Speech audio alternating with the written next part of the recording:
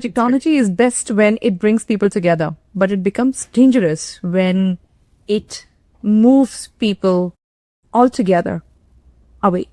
What's your thought? Yeah, I can understand the fear. I certainly feel like as people, as humans, we are so creative. And so if we can imagine something, we can also imagine lots of different future effects. And that can make us feel uneasy because it's unknown, because we can actually visually understand the potential of this.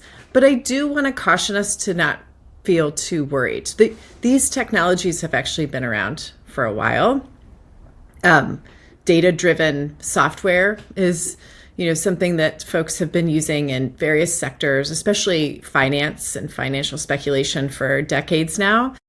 It's only once ChatGPT became a very democratized technology where a lot of people had access to it that we then began to talk, at the public discourse about fear and about danger. And I think this happens a lot with technology when it becomes democratized. So I want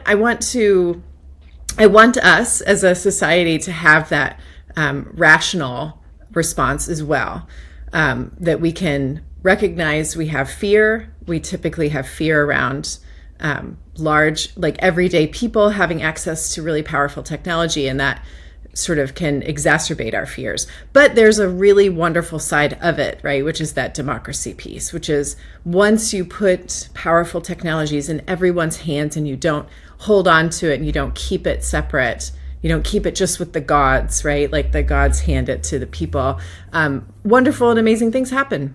So I try to remind myself when I get worried about harms, and it feels like we're all collectively catastrophizing, that actually there's more good than bad, and that it is possible, in fact, to rein in the harms. I am definitely someone who talks about harms. I talk about them more in a specific and as tangibly actionable as possible, so that there's something can be done about it. Otherwise, it really is just feeding this emotional fear that we have collectively that isn't always so productive. No, very well put. So, let me just put it this way.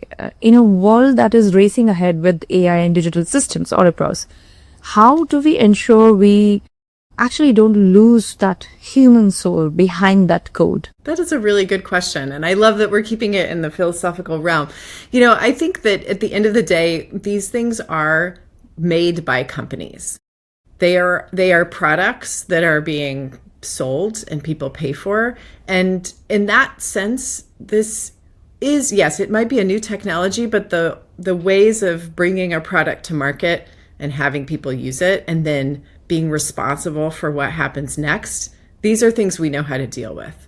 So, from a regulatory perspective, it is going to be possible to worry about harms and to do something about harms. Now, the question is, are various jurisdictions willing to regulate these sectors and willing to shape them with regulation? Because we've seen the internet was very different. We've seen a lot of digital technologies in the last couple of decades that haven't properly been regulated. We've seen an unwillingness of even, regulators in Europe have only just recently caught up. I think we have to remember that, for all the talk there is about European regulation, to see something different with this. We want to see regulation that's fast moving, and we want to see harms being addressed. And so I think it's possible. It isn't inevitable that these things will run roughshod over all of our social norms and all of our, culture and other things like that. It doesn't have to be that way. It's only just been that way because we've seen a lack of will to do anything about it. But that was sort of the neoliberal age of society. But that's mostly over, isn't it? So we'll see what we can do.